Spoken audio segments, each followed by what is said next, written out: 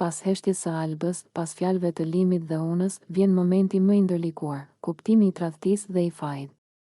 Tradhtia në dukje është diçka që mund të përcaktohet qartë. Dikush ka shkelur një marrëveshje të fshehtë, dikush tjetër është lënduar. Por ndjenja njerëzore nuk është kurrë kaq e thjeshtë. Tradhtia, në shumë raste, është shpreha e një mungese që kishte filluar më parë, një boshllëk emocional që nuk u trajtua, një përplasjesh të heshtur mes njerëzve që nuk gjetën rrugët e duhura për t'u kuptuar. Limi e quan tradhti. Publiku e dëgjon këtë fjalë dhe menjëherë fillon të gjykojë, kush është fajtor, kush është viktimë. Dhe aty fillon drama e padukshme. Njerëzit në publik ndjejnë nevojën për të vendosur drejtësi, ndërsa realiteti është më i ndërlikuar. Shumë shpesh, ajo që duket si tradhti është thjesht përpjekje për të kërkuar diçka që mungon, një përpjekje për të gjetur kuptim ose dashuri në një rrugë tjetër. Faji është koncepti që shoqëria e përdor për të ndarë botën në të bardhë dhe të zezë, në të drejtë dhe të gabuar. Por fajin nuk e mbajnë vetëm ata që veprojnë. Fajin e krijojnë edhe pritshmëritë, edhe interpretimet e publikut, edhe presioni për të dhënë shpjegime që nuk janë gati për t'u dhënë. Në këtë kuptim, çdo fjalë publike bëhet një pjesë e zinxhirit të fajit, çdo koment, çdo pyetje, çdo interpretim i jashtëm mund të rëndojë mbi supet e atij që tashmë po përpiqet të gjejë paqen e vet. Publiku, në këtë histori, nuk është thjesht vëzhgues. Ai është një forcë që ndryshon dinamikat. Ai kërkon dramë, spektakël, të vërtetën e thjeshtë. Ai nuk është gati për kompleksitet.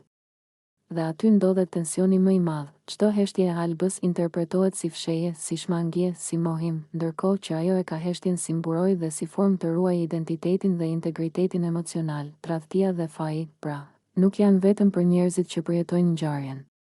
Ato janë një reflektim i marrëdhënies me shoqërinë, i presionit për të përmbushur pritshmëritë e tjetrit. Dhe pikërisht këtu lind pyetja, sa e vërtetë është e vërteta kur ajo shihet nga jashtë? Kur ajo duhet të interpretohet, të analizohet dhe të komentohen për kënaqësinë emocionale të tjetrit, heshtja e Albës është përgjigje më autentike. Ajo nuk e shndërron dhimbjen në spektakël, nuk e shfrytëzon situatën për të fituar simpati. Heshtja e saj është akt i pjekurisë, sepse di që çdo fjalë e thënë do të humbas pjesën më të madhe të kuptimit të saj. Heshtja ruan integritetin. Heshtja është vendosja e kufirit, unë jam unë, dhe historia ime nuk është për të shfrytëzuar për publikun. Por, edhe pse Alba nuk flet, njerëzit përreth saj, Lim, Una, prezantuesi, gazetarët, flasin. Flasin sepse duhet të mbushin boshllëkun, duhet të japin interpretime, duhet të kenë një narrativ të pastër.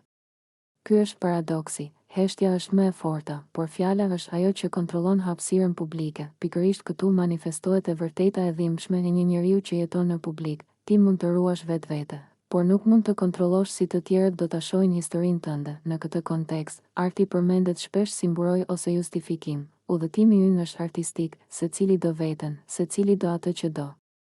Por arti, kur bëhet maskë, mund të përdoret për të shmangur ndjesinë e përgjegjësisë emocionale.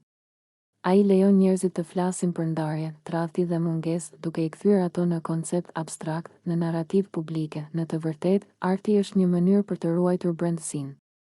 Ai mund të jetë mburoj, por edhe streh. Dhe pikërisht në strehën e artit, secili mund të vendos kufi, secili mund të zgjedhë se çfarë e shpreh, çfarë e ndan dhe çfarë e ruan për veten. Heshtja e Albës dhe reflektimi i Unës dhe Limit tregojnë një realitet të thjeshtë. Jetët e njerëzve nuk janë tregime për konsum publik.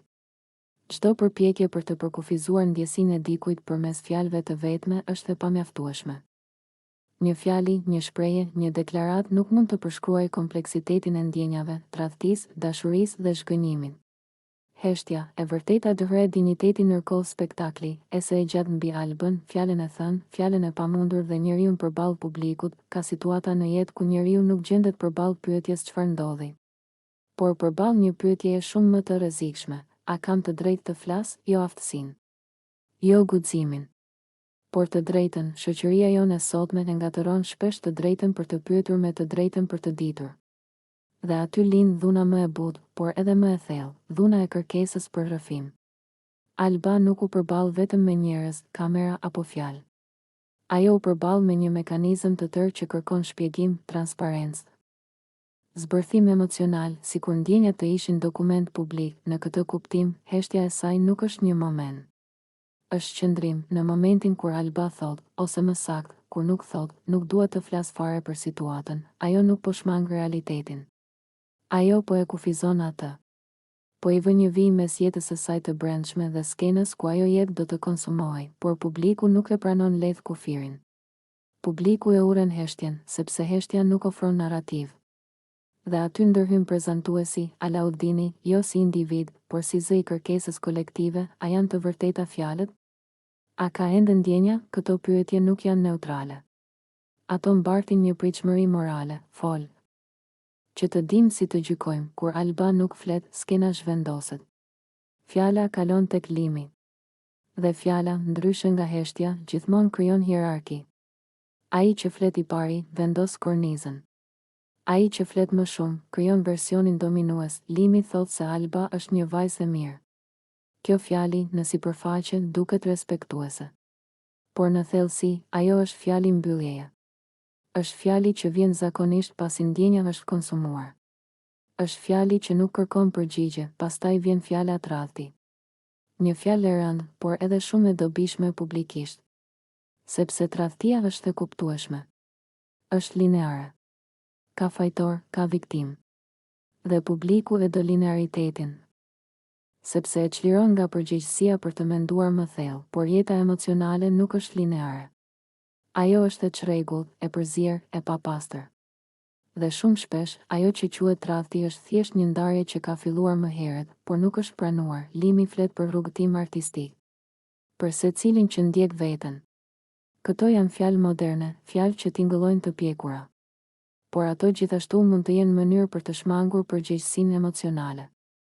Sepse arti, kur përdoret si mburoj, mund të justifikojë mungesën e qëndrimit, mungesën e përkushtimit, mungesën e ballafaqimit, në mes të kësaj qëndron una. Figura që nuk akuzon, por as nuk shpëton. Ai thot diçka thelbësore, Alba meriton shumë. Unë nuk mund t'ja jap, kjo fjali është ndoshta më e afërta me të vërtetën njerëzore që dëgjohet në gjithë situatën. Sepse ajo nuk zhvendos fajin, por pranon kufirin. Dhe pranimet e kufive janë të rralla, sidomos në hapësira publike ku të gjithë përpiqen të duken të plotë, por edhe una ndalet. Edhe ai zgjedh të mos flas më tej. Sepse e kupton diçka që shoqëria shpesh e ignoron. Jo çdo e vërtet duhet të nxirret nga konteksti i saj intim. Në këtë pikë, Alba vazhdon të heshtë. Dhe kjo heshtje fillon të marrë një formë tjetër. Nuk është më pasive. Nuk është më mbrojtëse. Është aktive. Është një mënyrë për të mos lejuar që e vërteta e saj të shndërrohet në objekt debati. Leonora e pyet, ndoshta me qëllim mbrojtës, cila ka qenë e vërteta jote? Pyetje e drejtë. Por edhe pyetjet e drejta mund të jenë të parakoshme, sepse e vërteta kërkon hapësirë të sigurt. Dhe studioja, sado e ndriçuar, nuk është hapësirë e sigurt. Këtu lind një reflektim më i gjerë. A jemi ne, si shoqëri, të aftë ta respektojmë heshtjen pa e demonizuar atë? Apo kemi nevojë gjithmonë për rrëfim, për zbërthim, për transparencë, edhe kur kjo transparencë shkatëron individin? Alba nuk flet, sepse ndoshta e di se fjala e saj nuk do të ishte e saj më pas. Do të coptohej, do të komentohej, do të keqinterpretohej. Dhe në fund, ajo do të humbiste kontrollin mbi historinë e vet. Heshtja e saj është mënyra për ta ruajtur atë kontroll.